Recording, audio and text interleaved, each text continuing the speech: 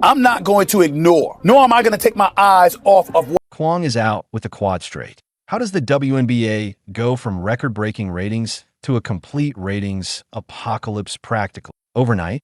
Last week, 17,000 fans packed the stadium for Caitlin Clark.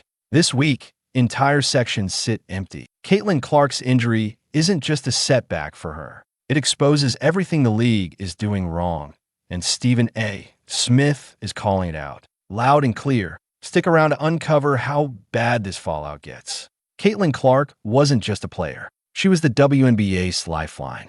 A rookie dragging ratings to places the league had only dreamed of, filling packed arenas, night after night, and turning merchandise into gold. 6 different networks hit new viewership highs because of her games.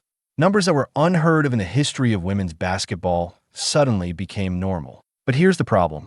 While Clark was elevating the league's status, the league was doing shockingly little to elevate or even protect her in return.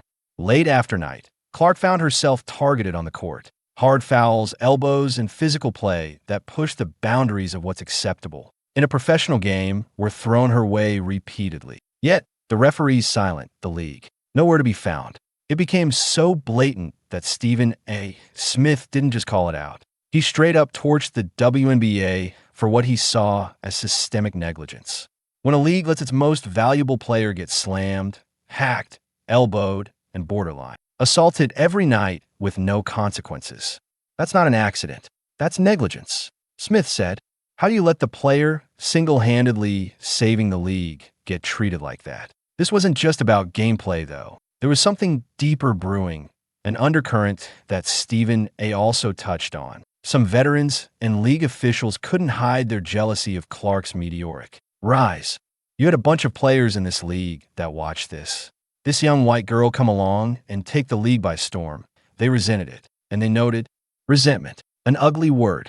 But when someone triples attendance numbers and becomes the face of a sport overnight, the attention doesn't always sit well with those who've been grinding for years in relative obscurity.